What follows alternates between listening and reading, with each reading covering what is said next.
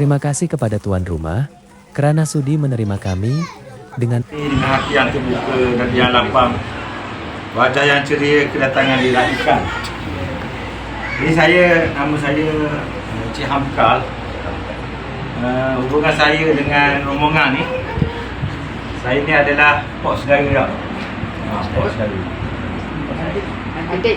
Mewakili kakak yang saya kasihi, Rozimah, Kak Rozimah Kita Kamal lah. Dan abang ipar saya, Cik Ismail ataupun Cik Hassan.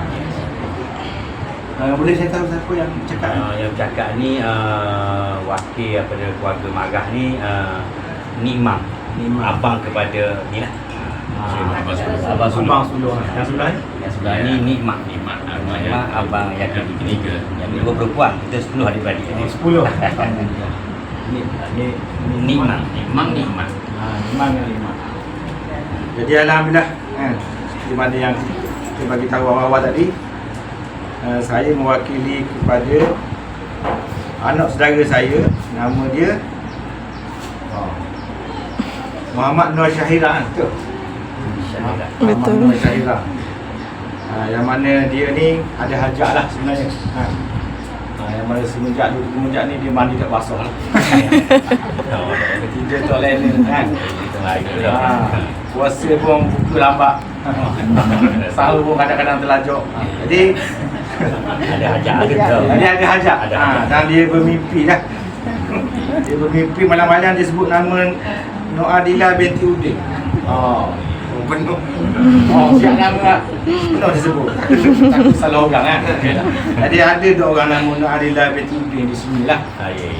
Kalau ada, kami datang bawa, siap dah bawa dah rombongan ni. InsyaAllah. Betul sini? Betul dah rumah ni. Nama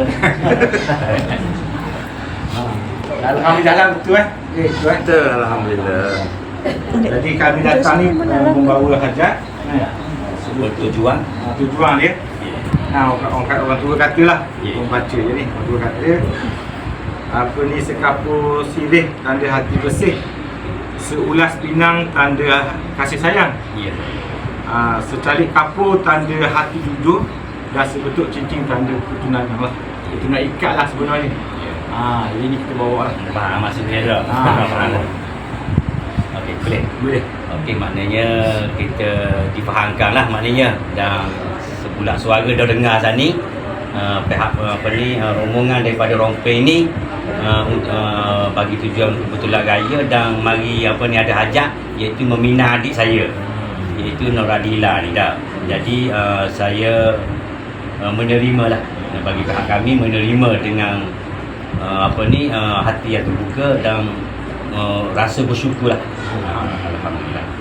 Jadi apabila dah maknanya hajat dah disampaikan oleh pihak rombongan, jadi pihak kita dah menerima pertunangan ni lah, maknanya kali majlis pertunangan lah. Jadi ada beberapa perkara lah perlu kita bincang secara yang kata orang utama, yang terdiri daripada yang pertamanya itu tarikh perkahwinan. Kita akan bincang ni dah. Lepas tu yang keduanya mas kahwin, yang ketiganya hantaran, dan yang keempatnya maknanya pengantar atau natu panggil tau. Kalau itu yang pokok lah. Yang lain-lain hal tu maknanya akan ada pihak daripada rombongan, daripada pihak kita akan sampai kepada hari ini insyaAllah lah. Jadi kita bincang lah maknanya tarikh perkahwinan dahulu lah. Jadi